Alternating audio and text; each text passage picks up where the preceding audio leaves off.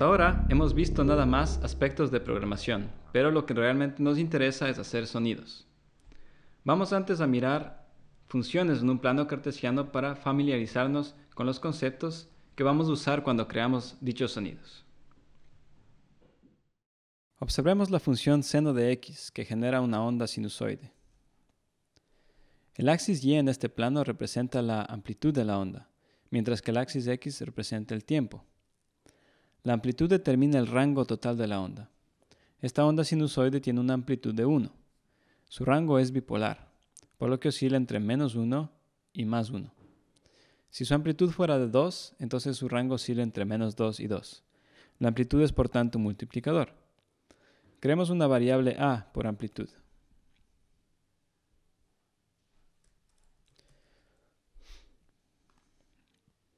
Ahora vamos a multiplicar ese valor de amplitud por nuestra onda.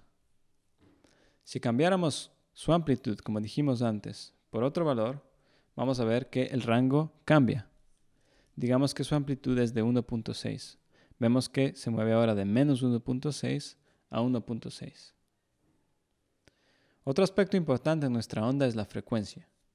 Esta determina cuántas oscilaciones por segundo nuestra onda tiene. Si incrementamos la frecuencia, vemos que la onda se mueve más rápidamente en el rango determinado por su amplitud. Lo que estamos realmente midiendo son los ciclos por segundo. Un ciclo es cuando la onda atraviesa su parte positiva y su parte negativa en totalidad. A esto se les conoce como hercios.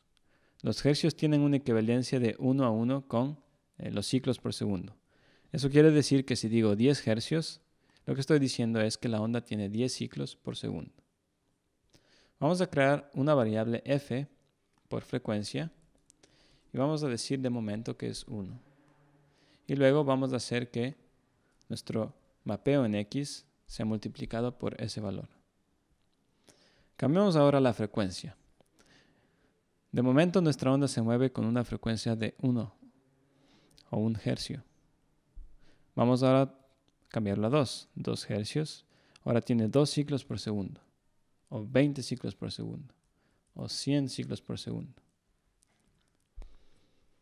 Un tercer elemento importante en nuestra onda es la fase. La fase determina el punto en el que nuestra onda inicia.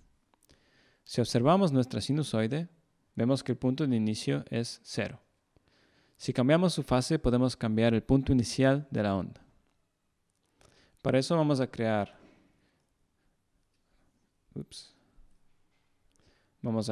una variable phi. Lo vamos a dejar de momento en 0. Y vamos a añadir esto a nuestro valor en x. Ahora, si cambiamos la fase, vamos a ver cambios en el punto en el que nuestra onda empieza y termina. Animemos esta variable para ver cómo se comporta.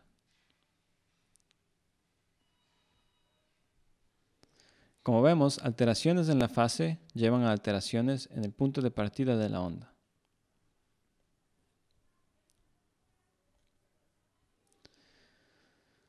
Por último, podemos añadir un valor de compensación para el rango en el que la onda oscila. Como habíamos establecido, esta onda oscila entre -1 y 1 cuando tiene una amplitud de 1. Cambiemos nuestra variable para amplitud a 1 y luego creemos una variable llamada c por compensación.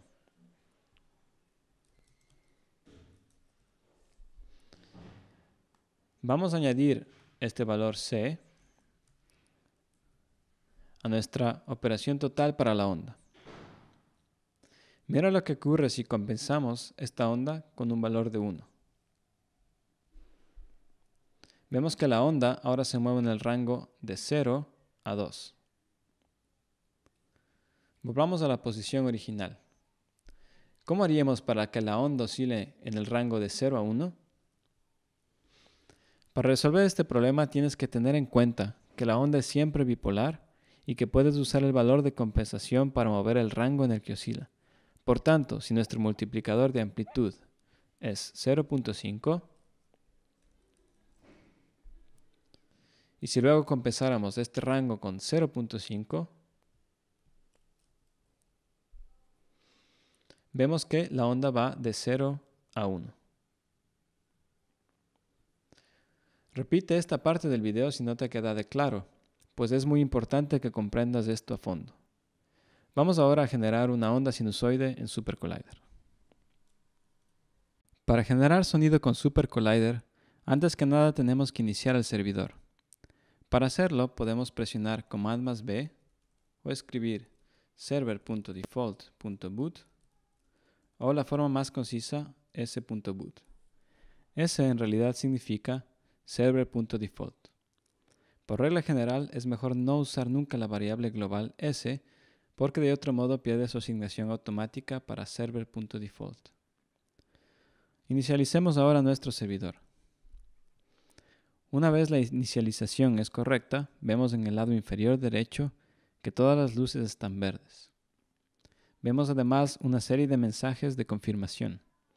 El primer mensaje se refiere al puerto que usa el cliente para comunicarse con el servidor. Luego vemos la lista de plugins. Vemos también el número de interfaces que tenemos conectados y las interfaces a las que estamos actualmente conectados. Finalmente vemos la velocidad de muestreo de nuestra interfase de audio y notificaciones respecto al estado del servidor. Vamos ahora a generar nuestro primer sonido. Escribamos la siguiente línea.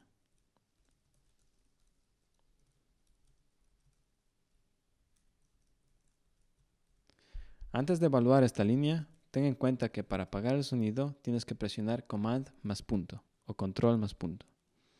Ten cuidado con la amplitud, especialmente si estás usando audífonos, porque puedes hacerte daño.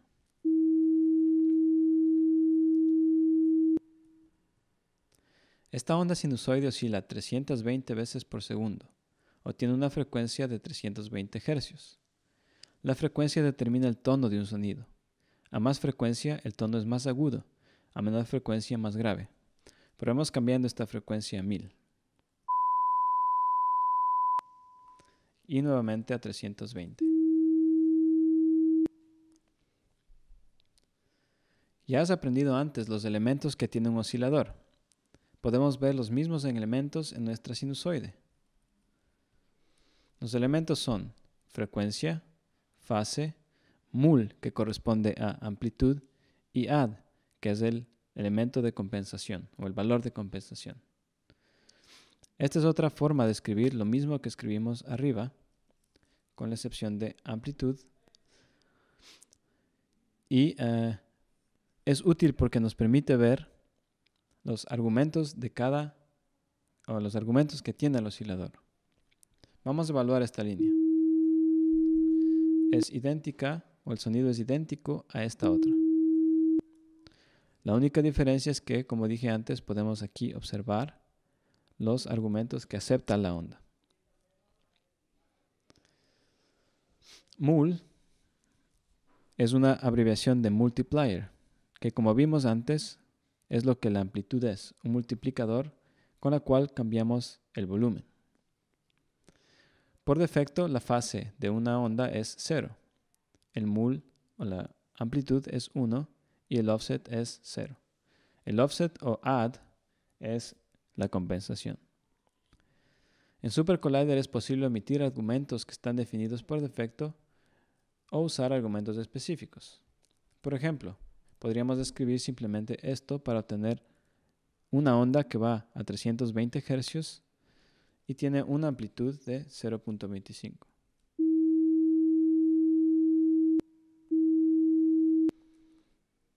Podríamos también escribirlo de esta forma.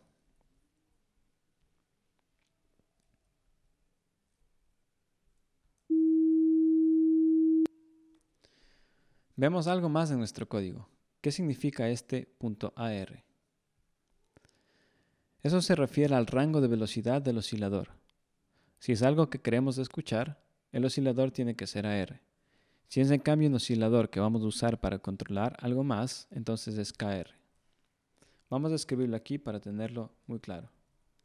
AR es audio rate o velocidad de audio y KR es control rate o velocidad de control.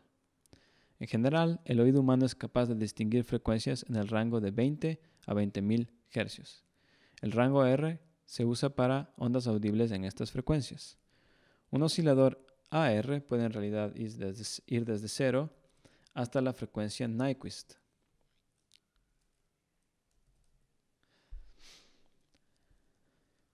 La frecuencia Nyquist depende de la velocidad de muestreo del conversor digital.